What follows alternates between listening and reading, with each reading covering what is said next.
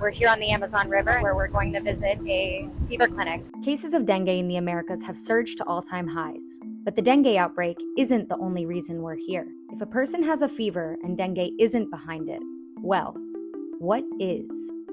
Here at the Amazon, it's really a highway. So it's one of our sites where we collect samples from patients. This is Jorge Osorio and Juan Pablo Hernandez, whose teams span across Colombia, from the depths of the Amazon rainforest to around the Darien Gap, a treacherous migration route connecting Central and South America. They're looking for mysterious illnesses to try and identify unknown viruses. Work that could stop the next pandemic in its tracks. What we want to do is to do a surveillance, an active surveillance of infectious diseases, try to realize what is circulating, what is emerging in our country. We characterize those pathogens completely. The samples collected by the research teams are transported here to La Universidad Nacional in Medellin. Some machines enable identification of existing pathogens to learn how they're mutating. Others sift through genetic material to discover new threats. The data is gold because it can be used to develop diagnostics. It can also be shared with local officials and health providers in Colombia to inform patient care and the public health response.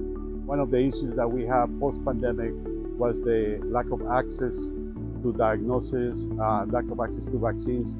What we are doing with the Abbott Pandemic Defense Coalition is really preparing us better to respond to the next pandemic. Climate change is leading to volatile weather conditions that favor mosquitoes, the deadly carriers of life-threatening diseases like dengue, Zika, and malaria. Across South America right now, mosquito repellent is flying off the shelves. El efecto que tiene el cambio climático en nuestro país es muy grave, ya que aumentaron los casos de enfermedad febril debido a que pueden aumentar también las zonas de dispersión de los mosquitos y de los vectores que causan esas enfermedades febriles. While Latin America, Africa, and parts of Asia currently bear the brunt of climate-amplified diseases, places like the United States are increasingly vulnerable. That's not just due to warmer temperatures, but also population growth, globalization, and migration. A virus knows no borders, which makes the work to identify unknown pathogens critical to all of us.